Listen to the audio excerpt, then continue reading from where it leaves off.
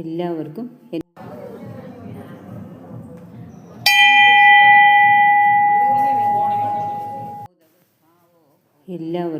എൻ്റെ വിനീതമായ നമസ്കാരം.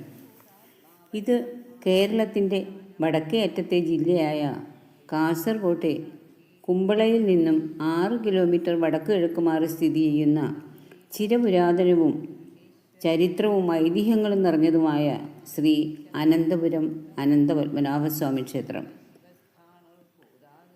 ഏറ്റവും പ്രധാനപ്പെട്ട ഒരു വിവരം കേരളത്തിൻ്റെ തെക്കേ അറ്റത്തുള്ള തിരുവനന്തപുരം പത്മനാഭസ്വാമിയുടെ മൂലസ്ഥാനമാണ് ഈ ക്ഷേത്രം എന്നതാണ്.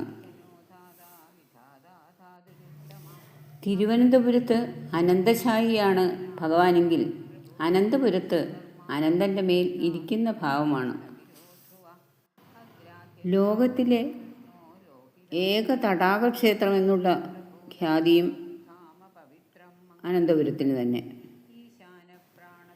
ഈ ക്ഷേത്രത്തിൻ്റെ ഐതിഹ്യം പറയുന്നത് പണ്ട് വില്വമംഗലം സ്വാമിയാർ ഇവിടെ പൂജ ചെയ്തിരുന്നുവെന്നും ആയിടയ്ക്ക് ആരോരുമില്ലാത്ത ഒരു ബാലൻ അവിടെ വരികയും സ്വാമിയാരുടെ കൂട്ടത്തിൽ കൂടുകയും ചെയ്തു.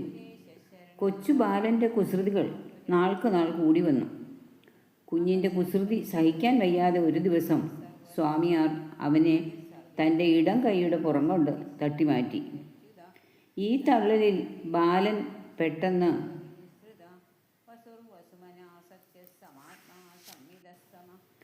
ക്ഷേത്രത്തിൻ്റെ വടക്ക് കിഴക്ക് ഭാഗത്ത് പ്രത്യക്ഷപ്പെട്ട ഒരു ഗുഹയിൽ വീഴുകയും എന്നെ ഇനി കാണണമെങ്കിൽ അനന്തൻകാട്ടിൽ വരണമെന്ന് സ്വാമിയാരോട് പറയുകയും പെട്ടെന്ന് അപ്രത്യക്ഷനാകുകയും ചെയ്തു. ബാലൻ മറ്റാരുമല്ല, സാക്ഷാൽ ഭഗവാനാണെന്ന് വില്വമംഗലത്തിന് മനസ്സിലായി. തൻ്റെ പ്രവൃത്തിയിൽ വിഷമം തോന്നിയ സ്വാമിയാർ ഉടൻ തന്നെ ആ ഗുഹയിൽ കയറി ബാലൻ്റെ ജ്യോതിരൂപത്തിൻ്റെ പുറകെ പോയി. ഈ ഗുഹ അങ്ങ് അനന്തൻകാട് വരെ ഉണ്ടെന്ന് പറയുന്നു. ഇവിടെ ഈ ഗുഹ ഏകദേശം 5 കിലോമീറ്ററോളം പടിഞ്ഞാറോട്ട് ചെന്നാൽ കടൽക്കരയിൽ കാണുന്ന ഗുഹാമുഖത്തെത്താം. അവിടെ ഭഗവാന്റെ ദർശനം എന്ന പോലെ ഭഗവത് പാദങ്ങൾ കാണാൻ സാധിക്കുന്നു. സ്വാമിയാർ ഭഗവത് പാദങ്ങൾ പൂജിച്ച ശേഷം അനന്തൻകാട് അന്വേഷിച്ചു പോവുകയും ചെയ്തു.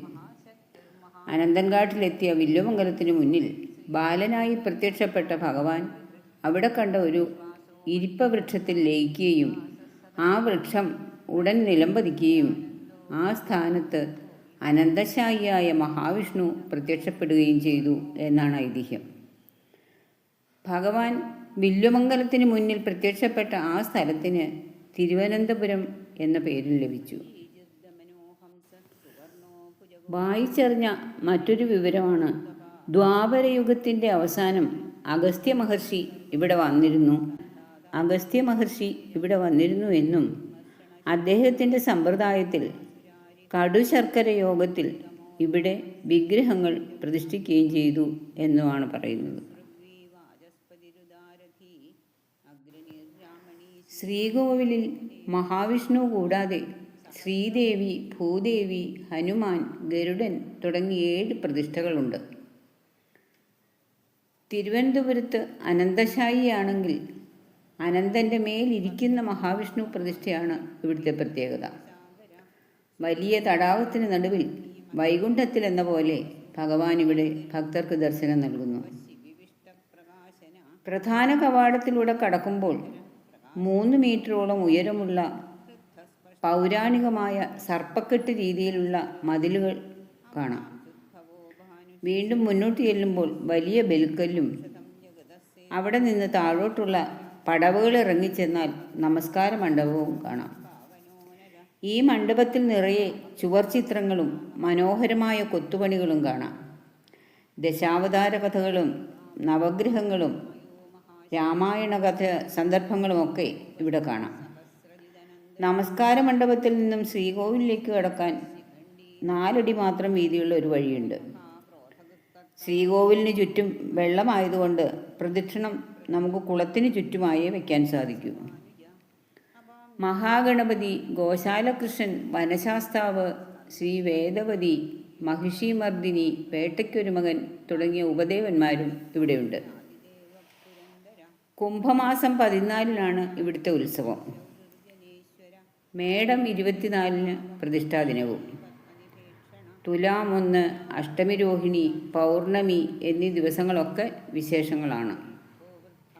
രോഗശാന്തിക്കും കഷ്ടകാലങ്ങൾ അകലുവാനും വ്യാഴപ്രീതിക്കുമൊക്കെയായി ധാരാളം ആളുകൾ ഇവിടെ വന്ന് തൊഴുത് വഴിപാടുകൾ കഴിച്ചു പോകുന്നു. ഇനി ഈ ക്ഷേത്രത്തിലെ അത്ഭുതം എന്ന് തന്നെ വിശേഷിപ്പിക്കാവുന്നതാണ് ഈ തടാകത്തിലെ മുതല. ഭഗവാന് കാവലാളായി ഈ തടാകത്തിൽ എന്നും ഒരു മുതലയുണ്ടാവും. നേദ്യച്ചോറുണ്ട് ആരെയും ആക്രമിക്കാതെ ഇടയ്ക്കൊക്കെ ഭക്തർക്ക് ദർശനം നൽകുന്ന ഈ മുതലയെ ഭക്തർ സ്നേഹപൂർവ്വം വിളിക്കുന്നത് ബബിയ എന്നാണ്.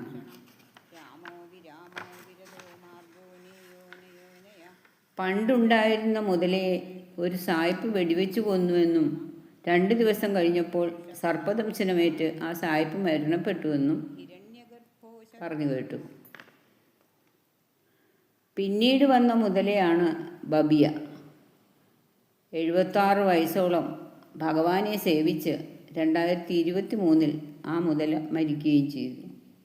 എന്നാൽ ആ സ്ഥാനത്ത് മറ്റൊരു മുതല എത്തുകയും അതിനെയും സ്നേഹത്തോടെ ബബിയ എന്ന് ഭക്തർ വിളിക്കുകയും ചെയ്തു.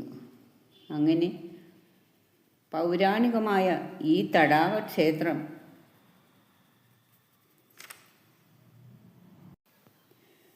ജീവിതത്തിൽ ഒരിക്കലെങ്കിലും കാണാൻ സാധിച്ചതിൽ അനന്തപുരത്തപ്പന് കോടി കോടി പ്രണാമം. ഈ കാഴ്ച എല്ലാവരും വന്ന് കണ്ടു പോകാൻ ഭഗവാന്റെ അനുഗ്രഹം എല്ലാവർക്കും വേണ്ടി പ്രാർത്ഥിച്ചുകൊണ്ട് ഓം നമോ ഭഗവതേ വാസുദേവായ.